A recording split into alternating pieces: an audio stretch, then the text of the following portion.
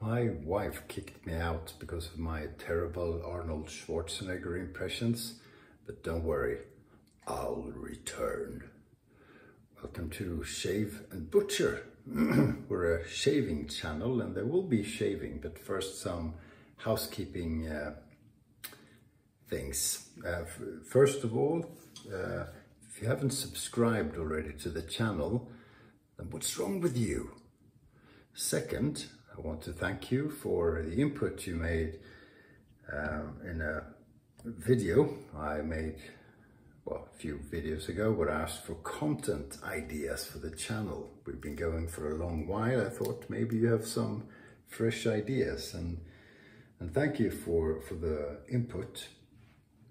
Also, the minute I said it on the video, I regretted it, because as you'll find out, you guys are bloody idiots. But thanks anyway. Now, Lee, Hazley, or Hasley, which is it, Lee, if you're watching? You're from the north of England, so maybe it's Hasley. I probably have asked you before. Anyway, so Lee had two ideas, whichever they were, or at least one that I wrote down, and that was to tell Viking era stories. I don't have any, so I'd have to study, and I'm way too lazy for that. So I will be telling a story or talking about the infamous Swedish Crayfish Party in a while. But other ideas were talk about summer sandwiches. Yeah, thanks, that's right up my alley. Who asked for this is his name. Wojtek said, show your collection of shave gear. Now that's a reasonable idea. Martin at YMMV Shaves suggests to shave with anything from the kitchen. Go through the cupboards. For example, hot chili sauce. Thanks, Martin. He says it can't be worse than Williams. Well, he's got a point there. Go Habs, who says more Habs talk. Big surprise.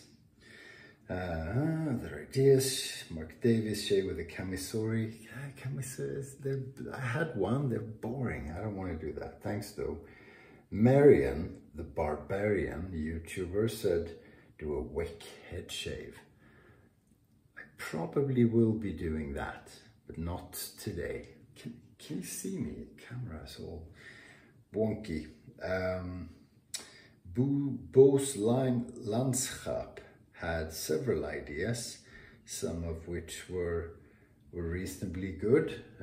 For example, when you shave off the beard, make tiger stripes. That will impress your wife. Remember, she already kicked me out, but I might do that. He also suggested shaving underwater. Thank you. That's a good piece of advice. I'm at this stage with the facial growth. It's 3 weeks today, and it's like, what do you do? I'll probably shave it off, but you know, I'll keep it for another day. My wife stopped nagging me about it, which took away some of the incentive of keeping it, to be perfectly honest. But what can you do? What can you do but try your best? Drinking wine out of a water glass again.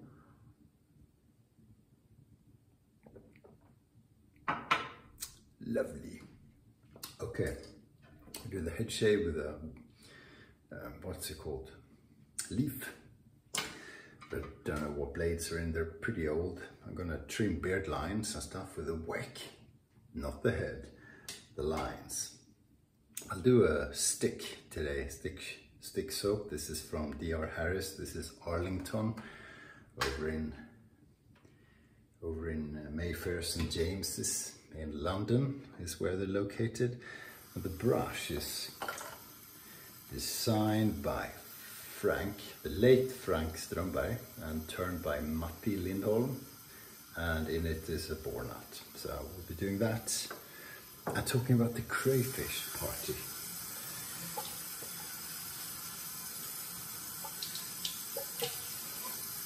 getting wet.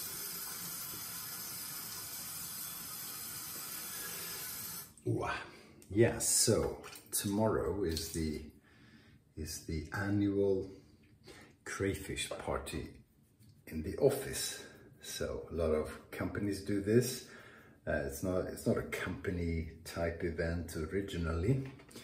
I don't know what the origins are. I probably should have read up on that, but as you may realize, there's only one important ingredient and one important thing served at a crayfish party, and that is the alcohol, the aquavit. So aquavit can be a few things. Oh God, it's too wet. Got too wet. So different kinds of it. Some of them are, okay, that's not even close to enough soap. I forgot I had a board brush. Traditional vodka will do just fine, but typically you would have the vodka or whatever your alcohol is. Yeah, it's vodka. Call it vodka. Eau de vie. Aquavit, same thing. But you let it sit in something like spices or different berries, different things to give it a specific flavor. And there are different kinds of them. Some are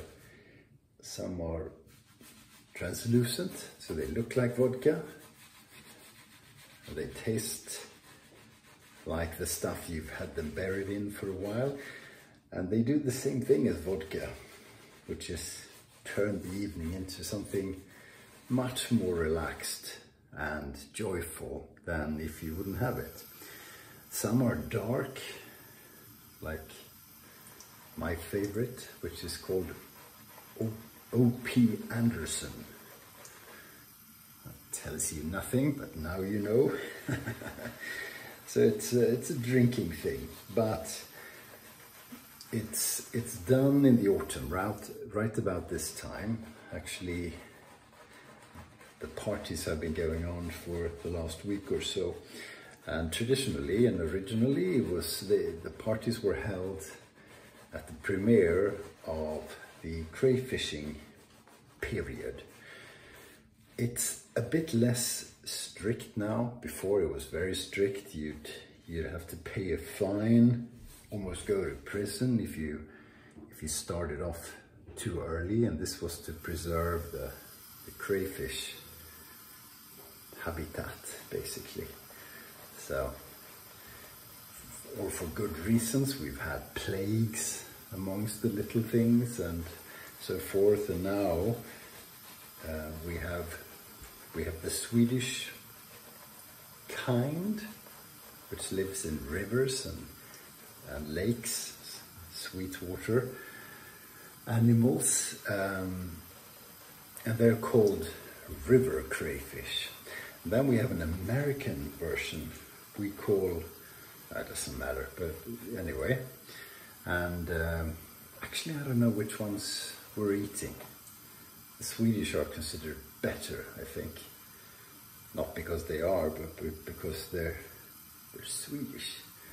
So you have those, and they're little things, look like super small lobsters, and you boil them and they become all red, really bright color red. They're tasty, but they're small, so the amount of energy you put into getting them out of their shell is, if you're lucky, equal to the energy and the calories you get when you eat them. So it's a bit of work, but that's the most traditional, if you will. Now, if you're on the west coast of Sweden, like I am, the plates are mixed up or made out entirely of seafood, you know, saltwater crayfish. Those are bigger. They're about this size, and there's more meat in them. You can actually have them as your dinner, and we do quite often. Those are eaten all year round, basically, and they're typically the tastiest and the best in January, February. That's also when the price is the lowest. Price is high in the summer when the bloody tourists come to the West Coast and prices, you know, people aren't down, prices go up. But those are the two kinds that we see. And as I said, you can mix them up. I think tomorrow we will only have the big ones from the sea and not the small ones. Because, as I said, we're on the West Coast, and that's what people prefer. So, in spite of the fact that they're, I think, a bit less traditional, if you're on the West Coast and you have the ones who live in rivers, you know, it's frowned upon because, I don't know why. Tradition. Or maybe the both are as traditional, I really don't know. But I eat both kinds because my brother-in-law is an avid river crayfish fisher man. He's an avid a lot of things, including a lot of fish. He fishes all the time. It's a fishy character. So we have quite a bit of those as well. So the fridge is usually full with these things, which he fished himself. Now, I was supposed to go with him and pick them up and have a bit of a day out on Saturday, but in the end I won't, because my daughter's leaving for France on Sunday, so spend the day with her instead, the day before she leaves. And probably good that my Saturday isn't too full of activities, because I'll be tired after the Friday crayfish party. It's funny how those things can make you tired the day after.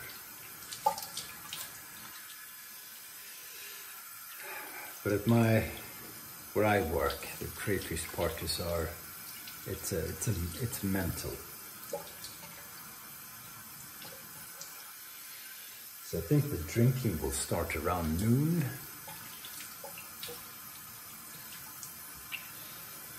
And we'll see when it ends. We'll be on an island somewhere, so you can't leave until the boat goes back, which is around midnight. And then if I have all my marbles, I'll take the train home. If I don't, I'll join the young ones for a night out at the town, starting at midnight when everyone's horribly drunk already. So I really hope I'm going home. We'll see. We'll see. So I'm older now than before. I'm wiser. But you know what it's like when you have quite a lot of vodka. All kinds of ideas pop into your head.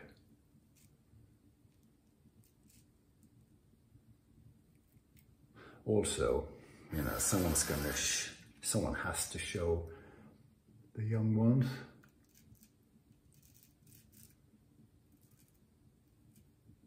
how we partied 20, 30 years ago.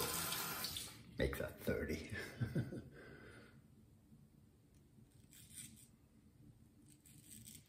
Also, like most Swedes,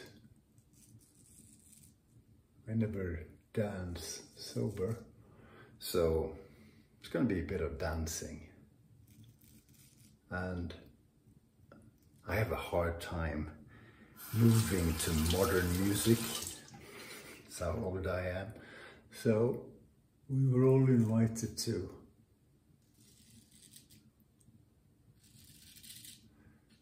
add to the playlist for the dancing, because we'll be at a location where it's only us, I think. We'll see. So I put in Nirvana and Swedish punk and that sort of thing, because that's pretty much the only thing I dance to. Oh, and Just Like Heaven by The Cure.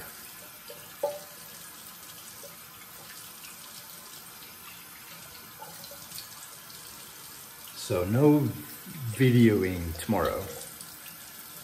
Or maybe I should, that's a thought. We'll see. And a good rule for any crayfish party is to put the phones away, or at least take away the the camera function, because you know I've had senior managers throw up at 9 o'clock in the evening from, you know, eating too much crayfish. There you go. But yeah, you eat other things as well. There's no dancing, which is unusual for a Swedish festivity that is tailored for drinking. There's usually stupid dances you make. But you also, what do you eat? You eat caviar, so fish eggs mixed with sour cream.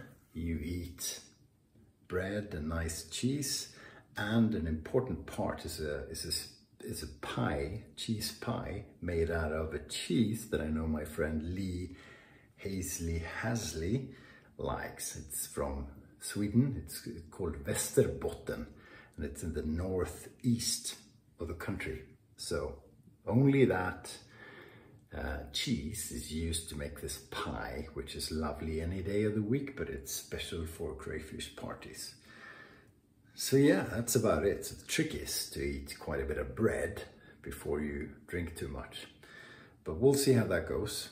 Hopefully you won't see how it goes, but I'll let you know how many days it took to recover. That does it for this episode of Shave&Butcher YouTube channel. Thank you for watching and stay sharp.